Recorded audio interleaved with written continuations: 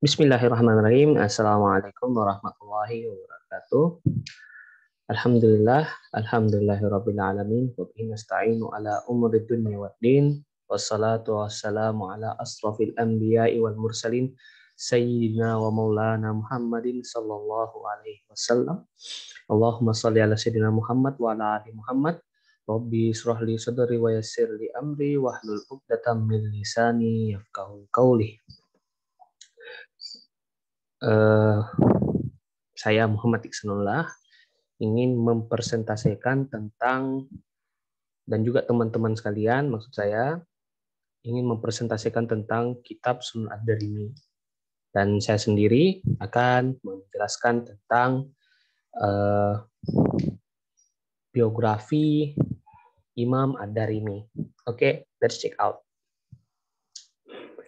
Nama lengkap beliau adalah Abdurrahman Ibnu Al-Fadil Ibnu Al-Fadl Al-Bahran Abdis Samad. Beliau lahir di Samarkand, tepatnya setelah tahun wafatnya Ibnu Al-Mubarak pada tahun 1801 Hijriah. Sejak kecil beliau telah dikaruniai kecerdasan otak sehingga beliau sangat mudah untuk memahami dan menghafalkan setiap apa-apa yang beliau dengar. Ad-Darimi adalah sosok yang teguh dalam pencarian hadis dan diakui oleh mayoritas ulama hadis. Salah satu karya kitabnya yang berjudul Al-Hadis, Al-Musnad, Al-Marfu' wa Al-Mawquf wa Al-Maqtu'. Kandungan hadis Sunan Ad-Darimi. Imam Ad-Darimi menyusun kitab sunannya menurut sistematika fikih, sebagaimana umumnya penyusun kitab hadis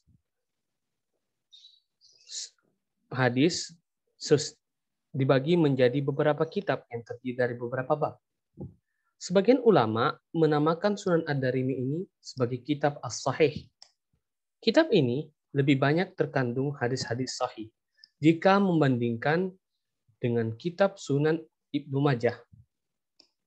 Secara keseluruhan, Sunan Ad-Darimi terdiri dari 24 kitab dan 2.686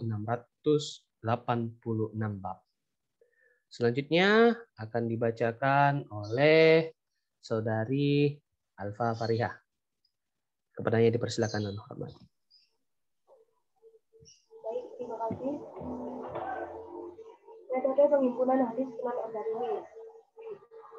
Kitab ini dimulai dengan mukadimah yang berisi bab pengantar seperti keadaan manusia di Islam, mengenai sifat mukjizat Nabi, mengenai fatwa, mengenai ilmu dan orang beriman. Di dalamnya terdapat 654 hadis dan lainnya. Kemudian disambung dengan kitab tauhid, kitab sholat, dan diakhiri dengan kitab Fadhil Al-Quran. Jumlah kitab dalam kitab Ad-Darimi seluruhnya berjumlah 23 kitab. Dan dalam setiap kitab terdapat bab. Dalam bab istilah, beliau menyebutkan hadis-hadis yang sesuai dengan judul bab yang dimaksud.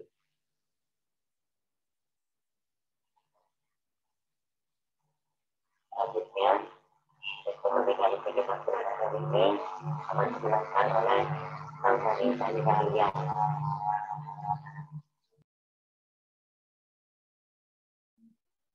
Baik, saya akan menjelaskan bagaimana sistematika isi kitab Sunan Ad-Darimi ini. Jadi, sistematika isi kitab Sunan Ad-Darimi ini itu terdiri dari 24 kitab, 1.302 bab, dan 2.849 hadis. Yaitu sebagai berikut yang telah tertera di dalam PPT. Next slide. Nah, lalu komentar para ulama terhadap kitab Sunan Ad-Darimi. Jadi di sini ada pandangan ulama terhadap sosok Ad-Darimi, yaitu beliau Muhammad Ibnu Abdullah Ibnu Mubarak berkata, "Wahai penduduk Khurasan, selama Ad-Darimi berada di tengah-tengahmu, maka janganlah kamu mencari orang lain. Seperti itu. Itu menurut Imam Muhammad bin Abdullah ibnu Mubarak. Lalu menurut Imam An-Nawawi mengemukakan bahwa Ad-Darimi adalah salah satu sosok seorang penghafal hadis yang menjadi kebanggaan umat Islam pada masanya, yang mana beliau itu sukar ditandingi. Lalu yang ketiga adalah Imam Bandar. Beliau berkata, menggambarkan sosok Ad-Darimi bahwa penghafal-penghafal hadis di dunia ini adalah Abu Zur'ah, Al-Bukhari, Ad-Darimi, dan Muslim. Dia berkata bahwa dari salah satu nama-nama itu terdapat salah satu nama Sunan Ad-Darimi. Next slide. Lalu yang ketiga adalah karakteristik pokok dari kitab Sunan Ad-Darimi. Ini akan dijelaskan oleh saudari kita yang bernama Tazkiyatul Hamidah. Pada beliau dipersilahkan.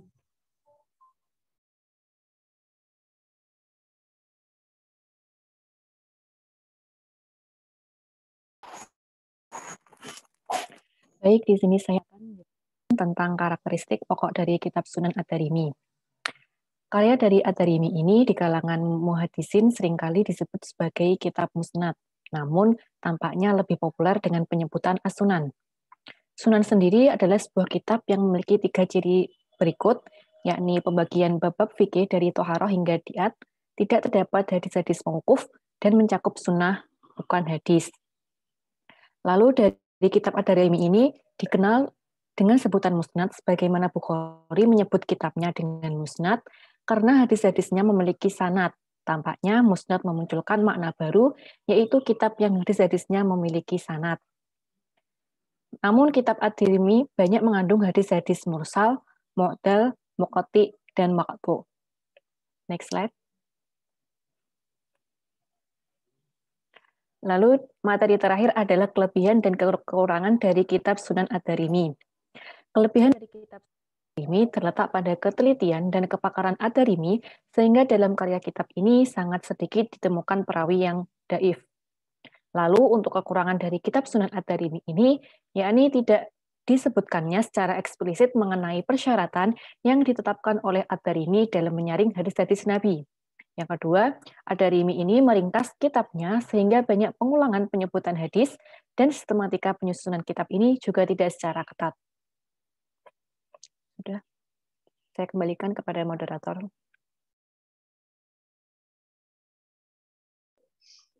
Terima kasih kepada teman-teman sekalian.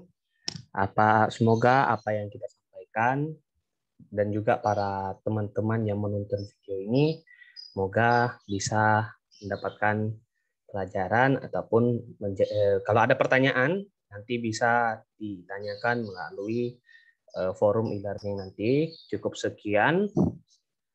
Jazakumullahu khairan katsiran. Pokok kayu daun selasi, thank you, terima kasih.